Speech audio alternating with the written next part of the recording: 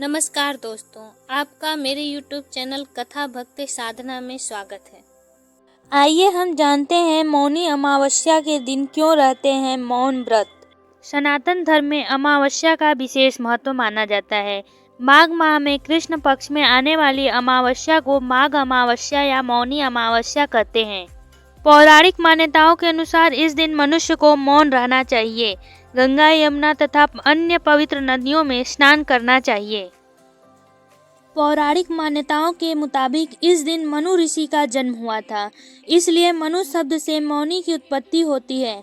माना जाता है कि मौनी अमावस्या के दिन गंगा नदी का जल अमृत के समान हो जाता है। इस दिन गंगा जल में देवताओं का वास होता है। शास्त्रों के अनुसार मन के देवता चंद्रदेव हैं।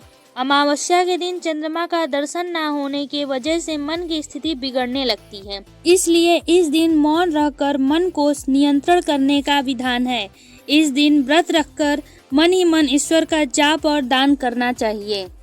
इस दिन ऋषियों की तरह चुप रहने से उत्तम फल की प्राप्ति होती है। इस दिन किसी को कटु शब्द कहने से भी बचना चाहिए। मौनी अमावस्या के दिन भगवान विष्णु और भगवान शिव दोनों की पूजा करने से मोक्ष की मार्ग खुल जाते हैं।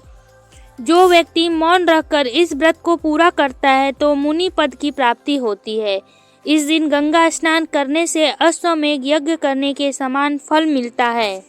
प्राचीन काल में कांचीपुरी में देवस्वामी नामक एक ब्राह्मण रहता था। उनके पत्नी का नाम धनवती था। उनके 7 पुत्र और एक पुत्री थी। पुत्री का नाम गुणवती था। ब्राह्मण ने 7 पुत्रों का विवाह करने के बाद बेटी के लिए वर तलाश करने के लिए अपने सबसे बड़े पुत्र को भेजा। उसने एक ज्योतिष को कन्या की कुंडली दिखाई। उसने बताया कि विवाह होते ही कन्या विधवा हो जाएगी। ज्योतिष के बात सुनकर ब्राह्मण दुखी हो गया और इसका उपाय पूछा। उपाय पूछे जाने पर ब्राह्मण ने बताया कि श्रृंगल द्वीप पर एक शोभा नामक धोबिन रहती है।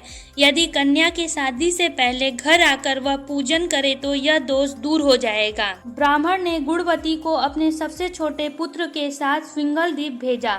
दोनों सागर के किनारे पहुंचकर उसे पार करने की कोशिश करने लगे। जब समुद्र पार करने का कोई रास्ता नहीं मिला तो भूखे प्यासे एक वट वृक्ष के नीचे आराम करने लगे तथा पेड़ पर घोंसले में एक गिद्ध का परिवार रहता था। उस समय घोंसले में सिर्फ गिद्ध के बच्चे थे। वे सुबह से भाई बहन के क्रियाकलापों को देख रहे थे। शाम को जब गिद्ध के बच्चों की मां भोजन लेकर घोंसले में आई तो वे उन दोनों भाई बहनों की कहानी बताने लगे। उनकी बात सुनकर गिद्ध की मां को नीचे बैठे भाई बहन पर काफ़ी दया आई और बच्चों को आश्वासन दिया कि वह उनकी समस्या का समाधान करेगी। दया और ममता से वशीभूत गिद्ध माता उनके पास आई और बोली, मैंने आपकी समस्याओं को जान लिया है। इस वन में जो भी फल फूल मिलेगा मैं आपके लिए ले आऊँगी तथा प्रातः काल आपको मैं श्रृंगल द्वीप धोबिन के पास पहुँचा दूँगी। अगले दिन सुबह होते ही गिद्ध माता ने दोनों भाई बहनों को समुद्र पार कराकर श्रृंगल द्वीप शोभा धोबिन के पास पहुंचा दिया।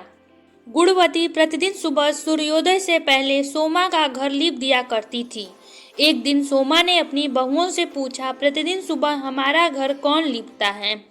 बहुओं ने तारीफ बटोरने के लिए कहा कि हमारे अलावा और कौन ऐसा करेगा, लेकिन सोमा को उनकी बातों का यकीन नहीं हुआ।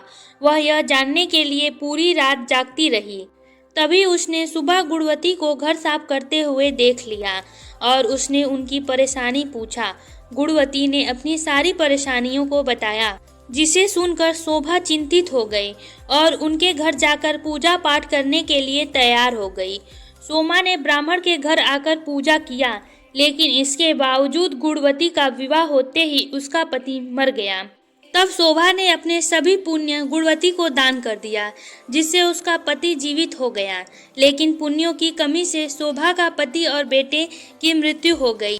शोभा ने श्रृंगल द्वीप लौटते हुए रास्ते में पीपल के वृक्ष की छाया के नीचे भगवान विष्णु की पूजन की और 108 बार पीपल के वृक्ष की परिक्रमा की।